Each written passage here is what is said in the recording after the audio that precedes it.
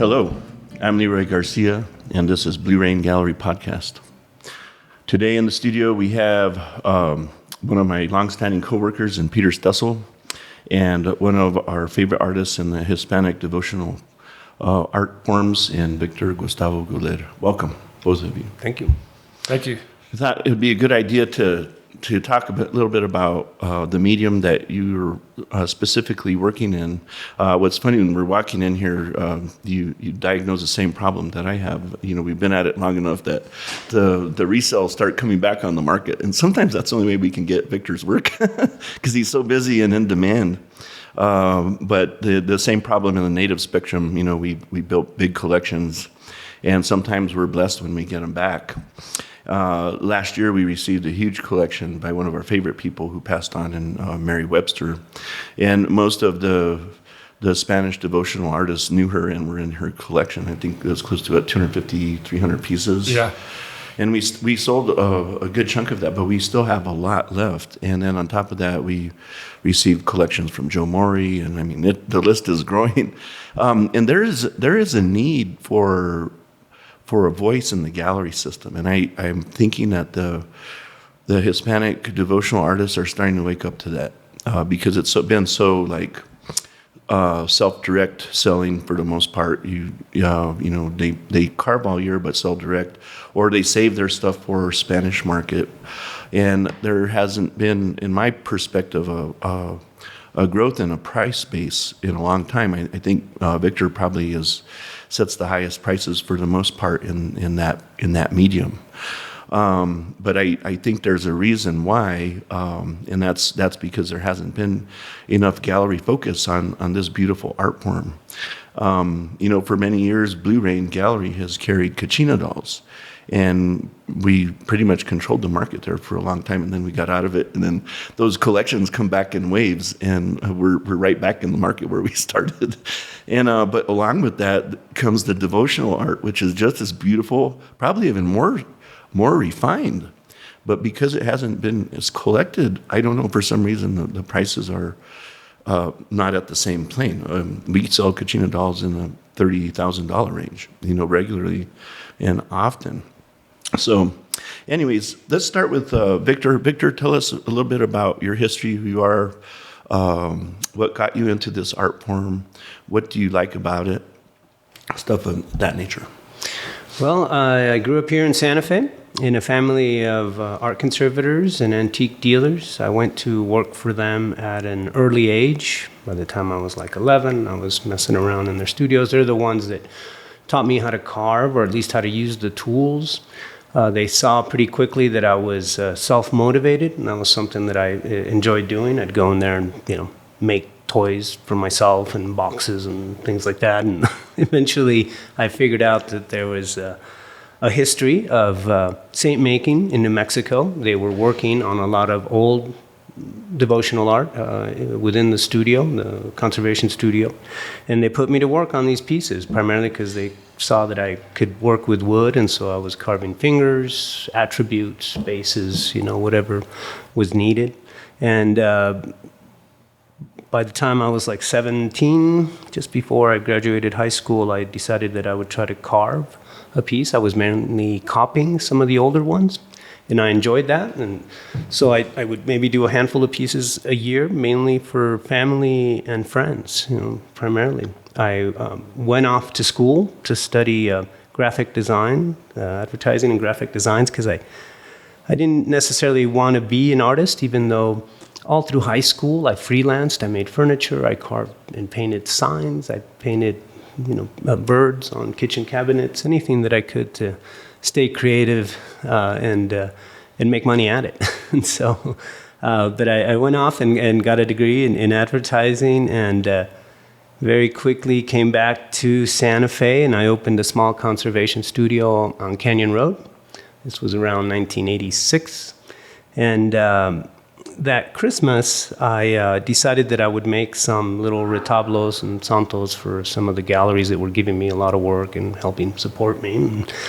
And so I when I brought them in, they were like, "Hey, you gotta bring these into the gallery, man. We'll sell them." And my family encouraged me as well. My sister kind of gave me my first show on the plaza in Santa Fe. Right. And what business does she have?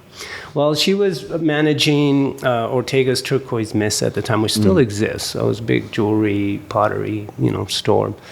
And so she had a little show for me. And that was kind of the beginning of it. I wasn't still sure that that's what I wanted to do in my life. And it was a little difficult to stay alive in Santa Fe. And so I decided that I would move to Taos and that I would really focus and decide if this is really what I want to do. And so Taos was really good to me right off the bat. And I cut my overhead by 2/3, so that was very helpful. Santa Fe's expensive. So that helped me buy a house and all of that later on down the line.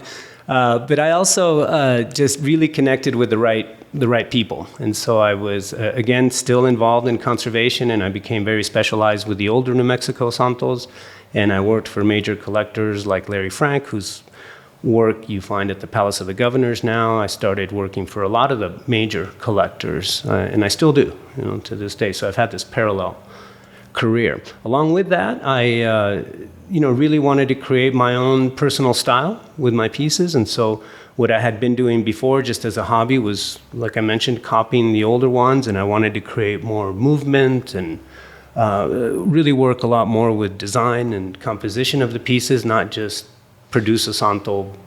It seems like you contemporize them a little bit more than just making a traditional bulto or whatever. Right, and that was my goal. And I also wanted to be a much better carver, and I wanted to add dexterity and movement to the fingers, for example. You could see the skeletal form underneath the gowns, like maybe a knee that sticks out. You could tell that one hip is higher than the other. Maybe the head is turned. But then I also would do a lot of research, as I still do, within the saints, and I try to figure out a little bit more in depth of what that person was, because a lot of the saints were human, right? So they did have a human aspect to them, and figured out their different attributes that they might have. And so I may accentuate one of those specific attributes. Can you give me an example of one of your favorites that you did like that? Well, just kind of a recent one that I did for you guys was that seated Guadalupe. Mm-hmm. And so, for example, Guadalupe usually is standing, and she does have a crescent, like Mary, many of the images of Mary, which represents purity and her virginity. And so you always see like a crescent at the bottom of her feet. In this case, I sat Guadalupe down on the crescent, and so that was really more of a design aspect, a composition where I don't do anything that's sacrilegious. I don't tend to add things that don't necessarily belong. You're dealing with the attributes. Yes, right. But emphasizing them and switching them around in different ways so that the whole design is different. So it's a Guadalupe, but it's not like your everyday Guadalupe. Yeah, I remember when you brought that in, I was like, I've never seen a Guadalupe sitting down. So I do all of that through research and sketches. I sketch all this work out, and sometimes, I get to it. Maybe it could be 6 months or a year later as I'm looking through my sketchbook. I think of something, and then I develop it further, and then I carve it. Well, I love your artistic vision of what you've done. But it seems like your work is a lot more polished than most of your contemporaries. So, this is not just a carving. What after it's carved, what are you doing to the piece? Give me the process a little bit, like the texture in the face, the hands. Correct. What are the materials you're using? So, I'm a sculptor primarily. I do two-dimensional stuff, but it's all on wood, so it's polychromed wood, and so the process is very European, traditional, as far as the gesso layers, the animal hide glue that goes on as a primer before you put the gesso on. This is, of course, after the piece is carved, which is very similar to how you would prepare a canvas in the old days. Now you can go and buy a canvas with gesso on it, but a long time ago you had to use that same process. You stretched it, you put the animal hide glue, which sizes it and makes it nice and tight, and it helps the gesso then adhere to either the canvas or the wood better, because you use that same animal hide glue to create a gesso, and so it binds really well. So where did you learn that process? Was it through restorations, or like how did you come up with the gesso idea on the wood? Because that's been used for centuries, right? It as has, well? right. But I see a lot of contemporary carvers that aren't using gesso as much, probably because it's a pain in the butt. It is. It's a whole other process that takes a long time. For many years, I was. Well, I'm not going to say many. Maybe 5 years. I was a total traditionalist. So I did everything from scratch. So just short of going out and shooting a rabbit and boiling the skin and creating, the glue, which I can do. But now you can go to the store and buy it, of course. But yeah, I think for some of my contemporaries, they switched over to something easier, an acrylic gesso, for example, that you can just go buy. Where the other gesso, the traditional gesso, you have to cook and you have to maintain it at a certain temperature. If you overcook it, you're killing the protein in the glue, and there's a lot of added hassles. You can get pinholes or cracking and stuff like that. So it's hard to master that. Exactly. That's what I think is special on top of how good you are at creativity, your carving. But that technique process just separates you from everybody else in a way. I mean, there's a few that have mastered that as well. Oh, yeah. We have some examples behind us. But, Peter, we brought you in because as far as Blue Rain Gallery, you take care of the acquisitions and logistics of things. But as far as the acquisitions, tell us about what you're seeing in the market as far as Blue Rain or the market itself. Well, what I'm always impressed with is, starts off, you get a phone call, some people are downsizing, and or there's unfortunately been someone passed away, and the estate, usually the children who are adults, they want to, liquidate what they have. And I look at what they have, and I'm really impressed with the quality that a lot of these people have collected, and a lot of them don't want to part with it. And a lot of them are alive. They don't want to part with it, and their children don't want it. And so we bring it in, and we work out the arrangement with them. But I'm impressed with how popular these pieces are. And through all the years of doing this, I personally have been enlightened by this whole market. And it is an active market. And I've learned to look at quality. I've learned a lot of and also Victor's helped me a lot, kind of like a mentor. When I have questions, I can call him up and say, "Who's this guy?" Thank you, Victor, for being a resource. Yeah, he's been great with that. And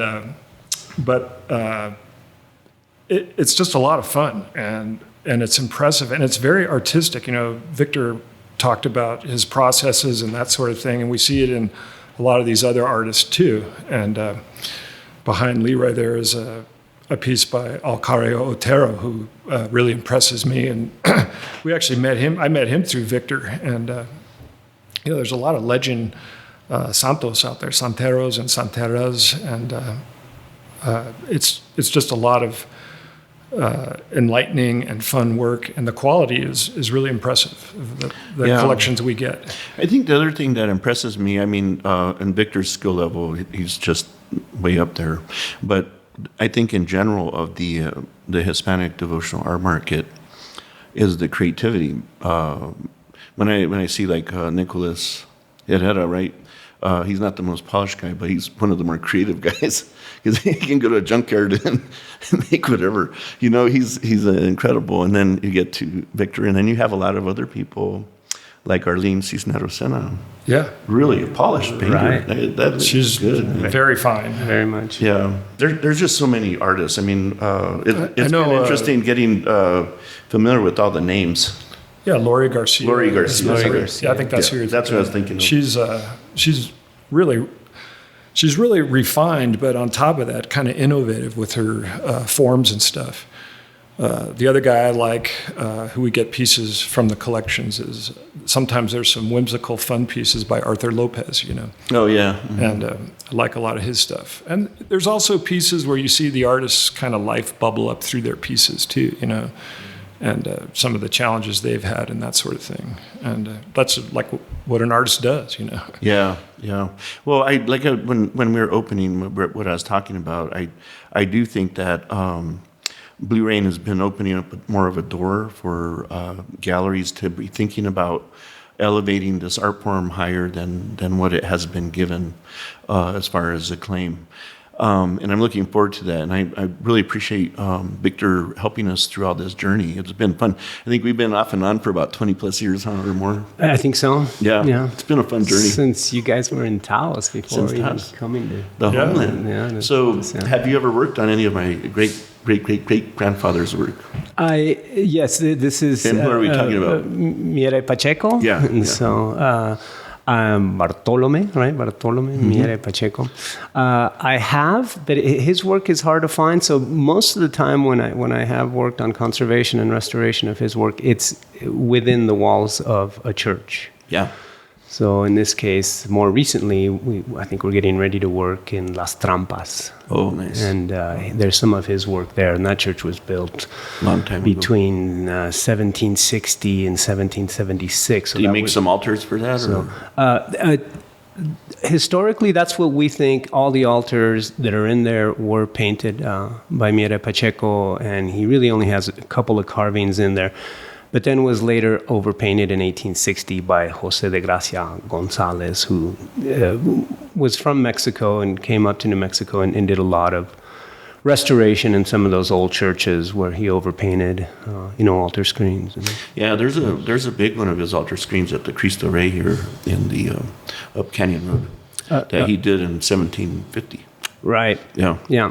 That's pretty interesting. So New Mexico has a long history of this, going all the way back into Spain, and I mean that art process was brought forward. Definitely. And these artists are all multi-talented. Like my grandfather was a painter and a map maker, but he's also a Santero. He was. Multiple skills, kind of like what you're talking about. But he was trained, Yeah. So he actually had academic training where the other Santeros that sort of came after him were sort of growing up here in New Mexico, and there wasn't that same kind of training. And that's what really made New Mexico sort of unique in its style.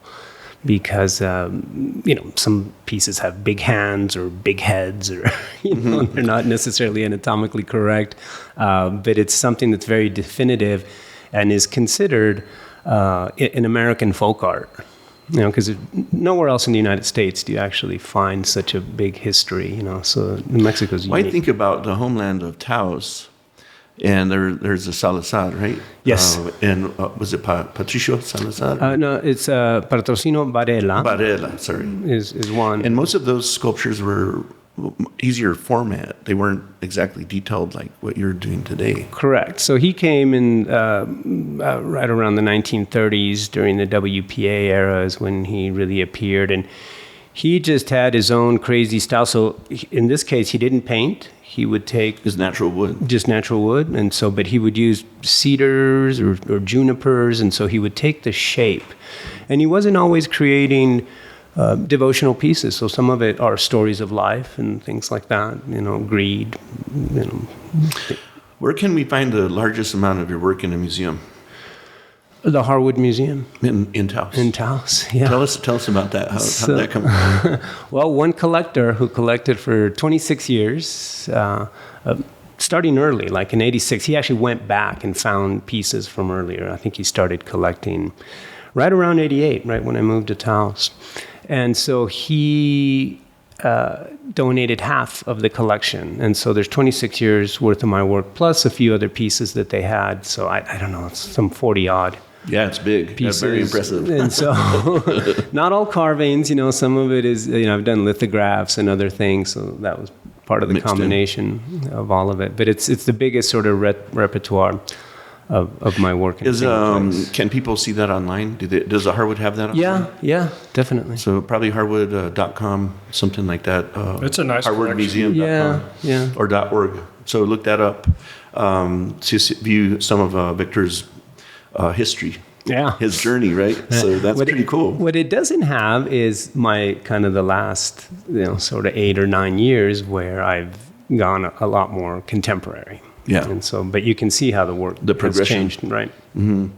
Well, I'd like to thank you for coming today, Victor. And, Yeah, And thank Peter, keep up the good work, Peter, in the acquisitions. And, I just want to say one more thing. Through Victor and through our collections, I personally have learned so much about these saints and what they represent. There's saints that are a woman is the patron saint of ice skating. There's the patron saint of taxi drivers, gardeners. Everything. Last summer we had this one that was the patron saint of pandemics. I forgot who that was. That thing sold immediately. And so I don't know. That's the connection. So, you don't have to be necessarily a devout person Right. or even a Catholic to really kind of have fun with the story behind the piece. And it could just have that personal attachment. So, if you're an architect, you want a Santa Barbara. If you're a doctor, maybe you want a San Rafael. And it's strictly for that reason. Well, I'd like to encourage everybody, if they have questions, to hit up Peter Stoessell at Leroy. Well, I can do the best I can, but Well, if we don't know, we'll go to Victor. I'll tell you, if I don't know, get some Call info. me. Yeah. if I don't know, I'll find out. Yeah. If Victor doesn't know, I'll still find out. We'll do the best we can. He usually knows everything, but Well, appreciate you guys coming today. I'd like to invite everybody to view our podcast on all the platforms, either BlueRainGallery.com or iTunes or Spotify or whatever platform you can find. We're on most. I also like to encourage you to take art with you into your everyday life by visiting BlueRainPrintShop.com. Thank you, guys. Thank you, Leroy. thanks, Leroy. Hey,